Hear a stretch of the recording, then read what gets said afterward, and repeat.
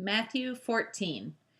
At that time, Herod the Tetrarch heard the reports about Jesus, and he said to his attendants, "This is John the Baptist. He has risen from the dead. That is why miraculous powers are at work in him." Now Herod had arrested John and bound him and put him in prison because of Herodias, his brother Philip's wife, for John had been saying to him, "It is not lawful for you to have her." Herod wanted to kill John, but he was afraid of the people because they considered him a prophet.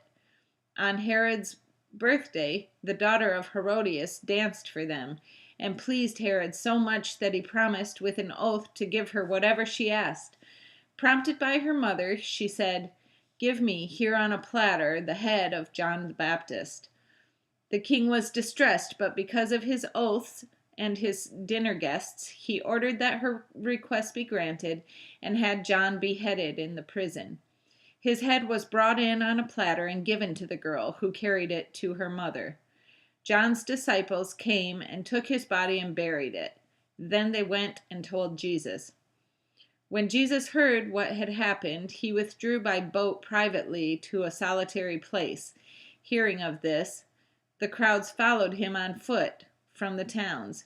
When Jesus landed and saw a large crowd, he had compassion on them and healed their sick. As evening approached, the disciples came to him and said, "This is a remote place, and it's already getting late. Send the crowds away so they can go to the villages and buy themselves some food." Jesus replied, "They do not need to go away. You give them something to eat." We have here only 5 loaves of bread and 2 fish, they answered. "Bring them here to me," he said, and he directed the people to sit down on the grass. Taking the 5 loaves and the 2 fish and looking up to heaven, he gave thanks and broke the loaves. Then he gave them to the disciples, and the disciples gave them to the people. They all ate and were satisfied, and the disciples picked up 12 basketfuls of broken pieces that were left over.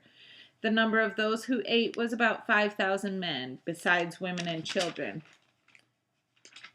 Immediately, Jesus made the disciples get into the boat and go on ahead of him to the other side while he dismissed the crowd. After he had dismissed them, he went up on a mountainside by himself to pray. When evening came, he was there alone, but the boat was already a considerable distance from land, buffeted by the waves, because the wind was against it. During the fourth watch of the night, Jesus went out to them, walking on the lake. When the disciples saw him walking on the lake, they were terrified. "It's a ghost," they said, and cried out in fear. But Jesus immediately said to them, "Take courage, it is I. Don't be afraid." "Lord, if it's you," Peter replied, "tell me to come to you on the water." "Come," he said. Then Peter got down out of the boat, walked on the water, and came toward Jesus.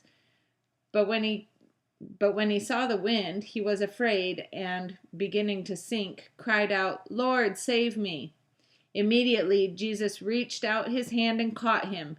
"You of little faith," he said, "why did you doubt?" And when they climbed into the boat, the wind died down.